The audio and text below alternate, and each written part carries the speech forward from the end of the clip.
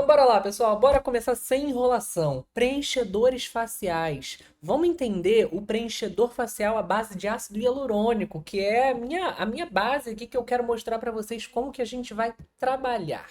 A gente precisa primeiro, antes de preencher o rosto de um paciente, identificar o desejo do tratamento, porque o desejo parte do paciente, né? A gente vai ter que escolher o material necessário, a gente vai avaliar a anatomia e escolher a técnica adequada. E depois a gente acompanha o resultado.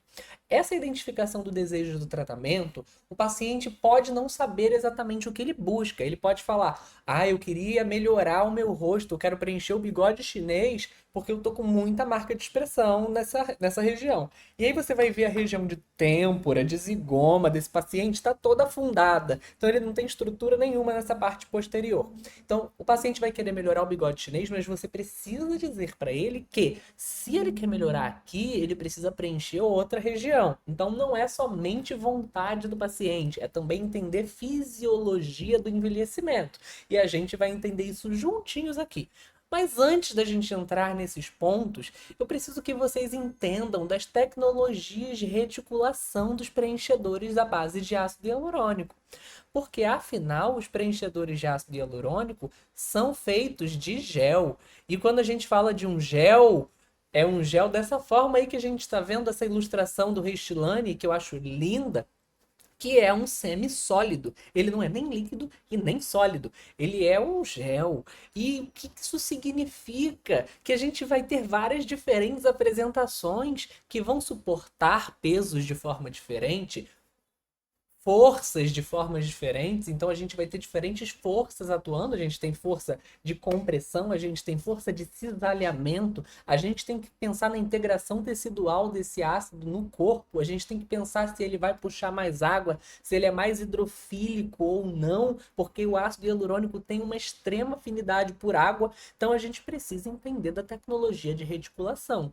Quando a gente começa a entender que cada marca tem uma tecnologia diferente, a gente olha para o mercado e fala: ferrou, tem um monte de marca de preenchedores. O que que eu vou fazer? Eu vou estudar, porque realmente a gente vai ter cada marca com uma característica de reticulação totalmente diferente. Até porque essas tecnologias, segredinho aqui para você agora, são maior parte delas, se não todas, segredos de indústria. Eles não vão contar pra gente quantos por cento de material de reticulador de BDDE, por exemplo, ou de DVS, ou de PEG vai ter dentro do ácido, porque senão eles vão estar entregando a receita pra gente.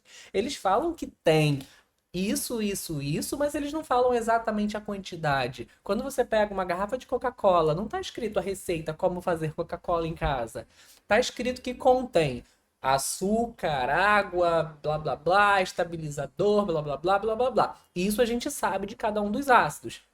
Mas a gente não sabe exatamente o que que faz. Se entra na pressão, se entra no calor, se ele é feito de forma química, se ele é feito de forma física. Muitos desses processos são segredos de indústria. Mas a gente sabe e a gente estuda muito o ácido hialurônico, que é a base de todos esses preenchedores. A gente entende que o ácido hialurônico, quando a gente vê num preenchedor, ele é diferente dessa molécula de ácido hialurônico linda, né, que a gente vê antes dele se tornar um preenchedor.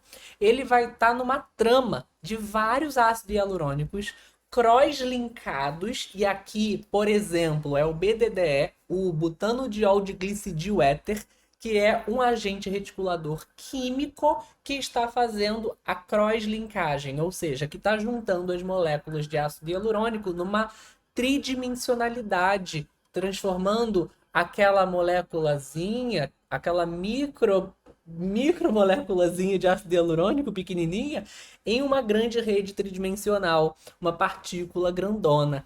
Então a gente vê essa rede tridimensional de várias maneiras dentro dos ácidos hialurônicos, e eu gosto muito dessa imagem que eu criei, tá? A gente tem aqui tipos de ácido hialurônico para você entender. Aqui nesse de cima, a gente tem, ó, uma cadeia longa, uma cadeia curta, com uma cadeia longa, com uma cadeia longa. Eu chamo isso de, ó, médio peso molecular, baixo peso molecular e alto peso molecular. Então esse ácido aqui, ele é um ácido que ele tem moléculas de médio, alto e baixo peso molecular misturadas, e o que a gente está vendo em laranja é um agente reticulador. Esse agente reticulador pode ser BDDE, ele pode ser DVS ou ele pode ser PEG. Aqui no Brasil, o que tem Anvisa. Existem outros agentes reticuladores que fazem a união dessas partículas, transformando elas em grandes partículas, né? Dessas pequenas moléculas em grandes partículas. Aqui a gente tem, ó, um ácido monofásico, vamos falar assim, somente baixo peso molecular unidas por agente reticulador. E aqui a gente tem também um gel monofásico apenas alto peso molecular unidas por um agente reticulador. E aí a gente pode ter várias variações. Eu posso ter, por exemplo, olha aqui que eu estou adicionando, ó, mais ligações cruzadas, mais crosslink nesse ácido bifásico. Ele tem muito mais agente reticulador agora e tem agente reticulador livre. Olha só, é um ácido que, na minha opinião, é um ácido de baixa qualidade. Agora, se eu viesse aqui e removesse, fizesse uma filtragem desses agentes reticuladores livres, deixasse apenas eles aqui coladinhos no ácido hialurônico, fazendo esse crosslink, transformando essa molécula de ácido hialurônico numa molécula mais robusta, ela vai ser um ácido que vai ter mais resistência. E a gente entende que essa resistência pode ser boa para algumas coisas, mas a gente precisa se atentar que o agente reticulador, que é esse laranjinha, que pode ser BDDE, que pode ser PEG, que pode ser DVS, ele é inflamatório.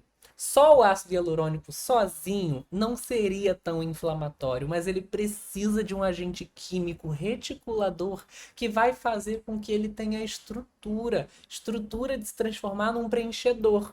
Lembra quando você vai na farmácia e você tem shampoo com ácido hialurônico, sérum com ácido hialurônico, tudo com ácido hialurônico? O que esse ácido hialurônico está fazendo ali?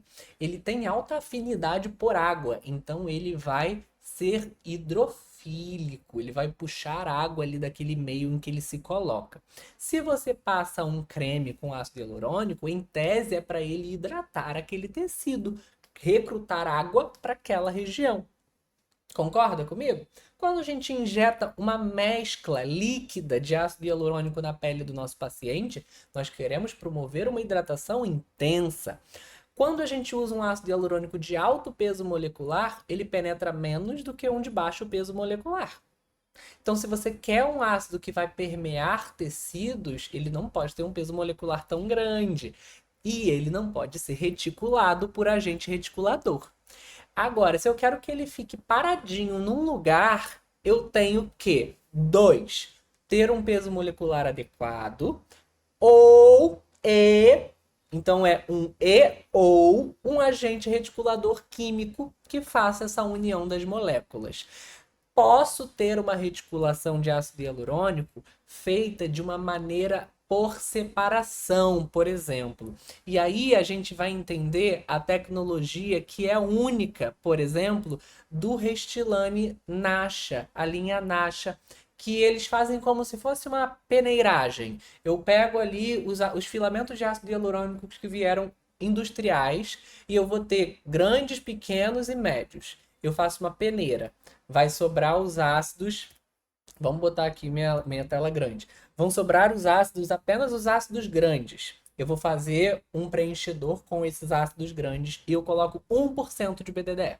Agora eu vou pegar os médios e vou fazer um preenchedor e colocar 1% de BDDE, porque eu preciso de um pouquinho de BDDE para ter uma estrutura sólida, né? E eu vou pegar um outro apenas com as partículas pequenininhas e vou fazer outro preenchedor com 1% de BDDE. Essa é a linha Nasha. E você vai ter o Skin Booster, o Vital e o Vital Light, que são pequenas e muito pequenas. A gente vai ter o Restylane Gel, que é o Restylane clássico da linha Nasha. E a gente vai ter o Restylane Lift, que é o Restylane mais potente, maior G-Prime da linha Nasha. E você vai entender que esse ácido, ele tem uma característica por si só de ser um ácido mais estável. Por quê? Ele não é reticulado por BTDE dessa forma, só que ele também é um ácido que acaba muito rápido. Ele tem uma degradação muito rápida comparada com outros ácidos hialurônicos para regiões de mobilidade.